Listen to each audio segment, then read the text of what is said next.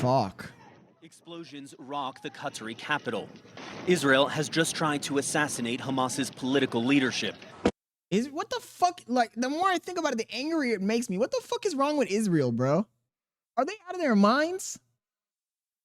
Seriously, are they fucking crazy? Technically, this would be an act of war. They're lucky Qatar is a bunch of bitch-ass niggas too that aren't gonna do nothing. This is crazy, bro. Fuck me, bro. It just shows you they have no respect. No respect for the boundaries in international law. James says, that's your people. Wait, what do you mean that's my people? I'm not Jewish. That's not my people, the fuck? Brazen military strikes. Qatar, Israel, neither one is mine. Israeli officials say Hamas leader Khalil al-Hayya and several other senior Hamas officials were the targets, calling them, quote, Because you act like it. How so? Massacre. At the beginning of the war, Wait, James, how so? How do I act like it? I promised that Israel would reach those who perpetrated this horror. And today, Israel and I have kept that promise. Cheap and gay. Come on, dude. I fell into that one. I should not have asked him I should have not asked him how I act like it. First of all, I'm not gay and I'm not cheap. Well, I am a little cheap. Fuck. You got me on the cheap part. Al-Hayya's son was killed along with 5 others, including a Qatari security official, but the group says Hamas's leaders all survived. Hamas says the strike shows Israel is trying to thwart American efforts to end the war. Of course they're trying to do that. Attempting to kill Al-Hayya, Hamas's chief negotiator, amid a renewed American push to reach a ceasefire and hostage release deal. He says 2K chair, by the way. Yo, great. Thank you for joining the stream. Look, what a lot of people are missing is that Israel doesn't want a peace deal, bro. They want a reason to be able to eradicate everybody in Gaza and take it over. They don't want a peace deal. It's not a bug, it's a fucking feature. Targeted while discussing the latest American proposal. Israel has targeted Hamas decision makers at critical junctures. Fuck me, dude. It killed Hamas's de facto leader, Mohammed Sinwar, one day after the group released an American hostage, Idan Alexander, in a gesture that was meant to spur on ceasefire talks.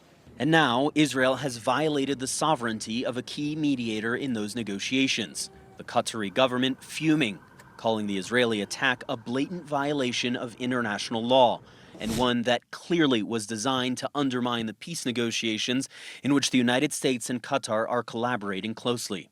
The Israeli strike also drawing international condemnation from Europe to the Middle East.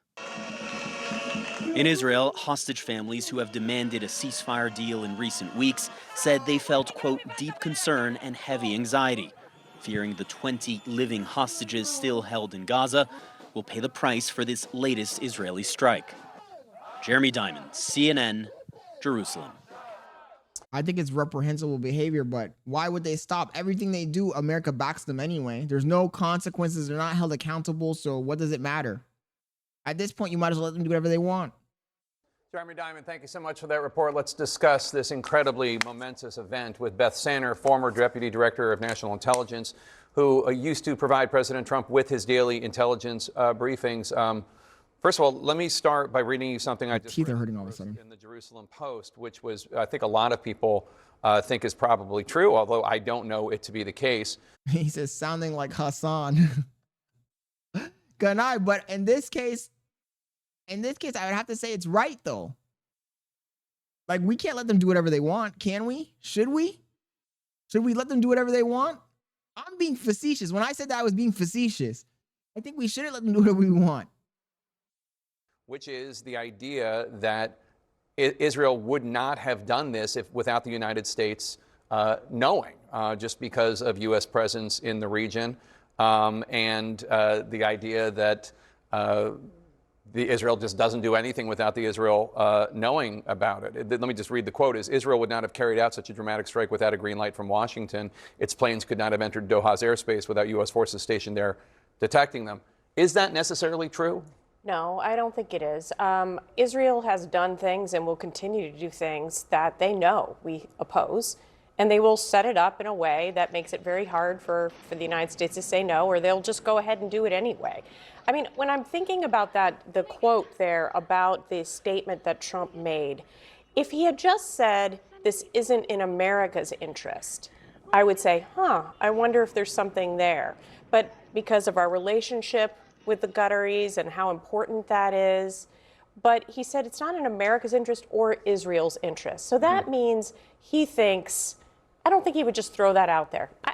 We may find out it's all a conspiracy, but I'm kind of leaning toward the reason the U.S. military found out late is because they had late notification, and that's why the military in the Pentagon called Trump, not the Israelis. So, big picture, why would Israel do this? What does it get them to? I mean, it is. James says, turn the whole Middle East to glass and rebuild it like Minecraft. That's crazy. Well, An attack. Sure. In a sovereign country that is. I just think, and I'm going to say it again if I wasn't clear the first time, that Israel is not doing things in the interest of the American public or the American government at all. They don't care about what we want, what we need. They're doing what they want to do, bro. And they're using us like a cheap prostitute to get what they want. And when they're done getting what they want from us, they're going to fucking stab us in the back. Watch. Watch. Don't act shocked and chagrined when they stab us in the back. Is an ally of the United States, Qatar. Yeah. I mean, I think I've told you this before. I always think about the relationship between Israel and the United States as a Venn diagram, looking back at our childhood geometry, right, where we've got like that center part where we have this overlapping part. But the Netanyahu little part of shared interests is much smaller with the United States and with Trump than the overall U.S.-Israeli relationship is.